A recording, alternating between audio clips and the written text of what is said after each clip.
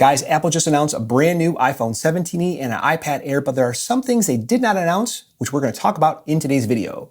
First up, what they announced was the iPhone 17e. This is starting at $599, comes with 256 gigs of internal storage, which is double the storage from last year, and there's a 512 gig model that's available as well. This device keeps all of the same kind of key core specs as the other iPhone 17 devices. C1X modem, A19, it's got the 48 megapixel Fusion camera here as a primary camera, as well as it does have a 6.1-inch LCD display, which is not fast refresh or not ProMotion.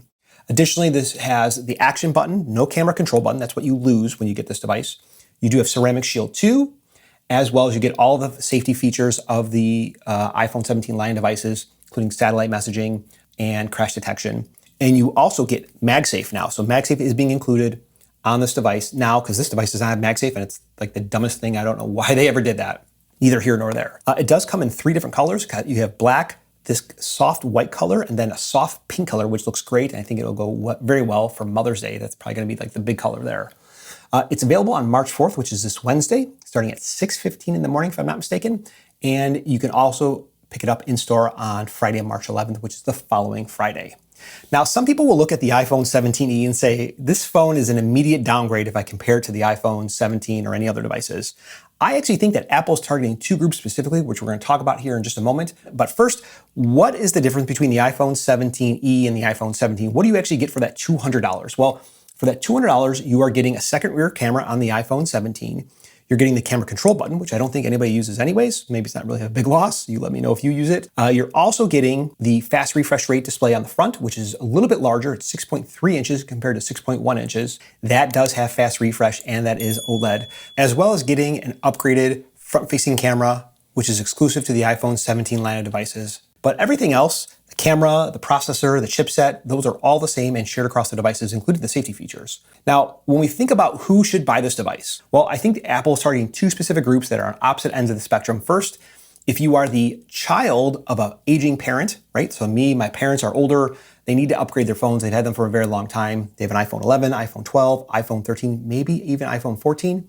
This device, I think, is a perfect device. 1, because it's less expensive. 2, because you're getting all the features that I think most people would use without paying for the additional pro features or the additional features that most people of either demographic that I'm going to talk through here would not use. You're also getting a relatively low cost of ownership. So if you have this phone 4, 5, 6 years, think about $600, you average that over the cost of 6 years, it's $100 a year to own the phone.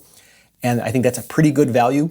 The second group I think that they're targeting is on the opposite end of the spectrum, and that's for kids who are getting their first phone. Now, my son, he's 10 years old. He's not quite phone age yet, but I think probably in 2 or 3 years, when it's time to get him a phone, I'm going to look at this phone first because 1, it's less expensive. If he loses it, it's less of the value that I have to pay. I don't have to pay $899, $999. I only have to pay $599. It is a little bit more durable than the other phones because it's got Ceramic Shield 2, and it gives you majority of the features, not like an SE model where you're getting kind of a cut down or a smaller slice of the features.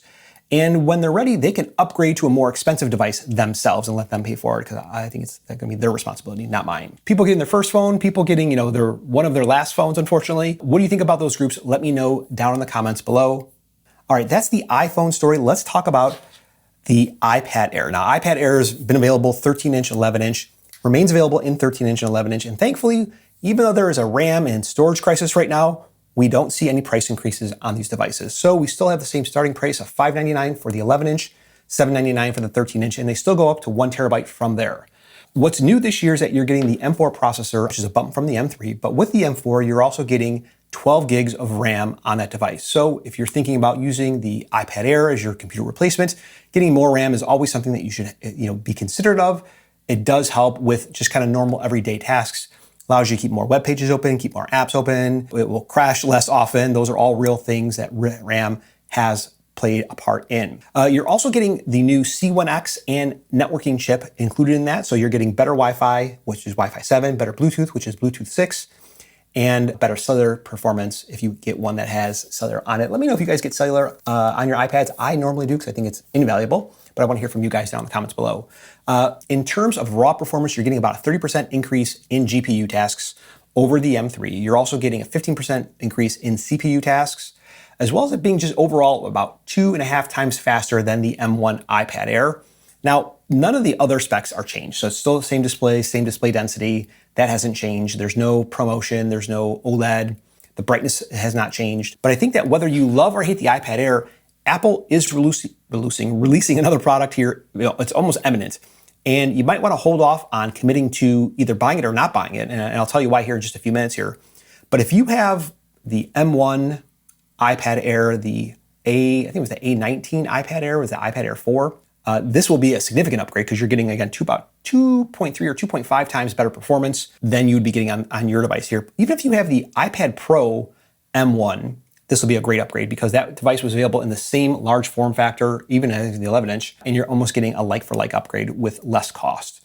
So that's even a good upgrade. If you have an M2 iPad Air, an M3 iPad Air, I would not upgrade.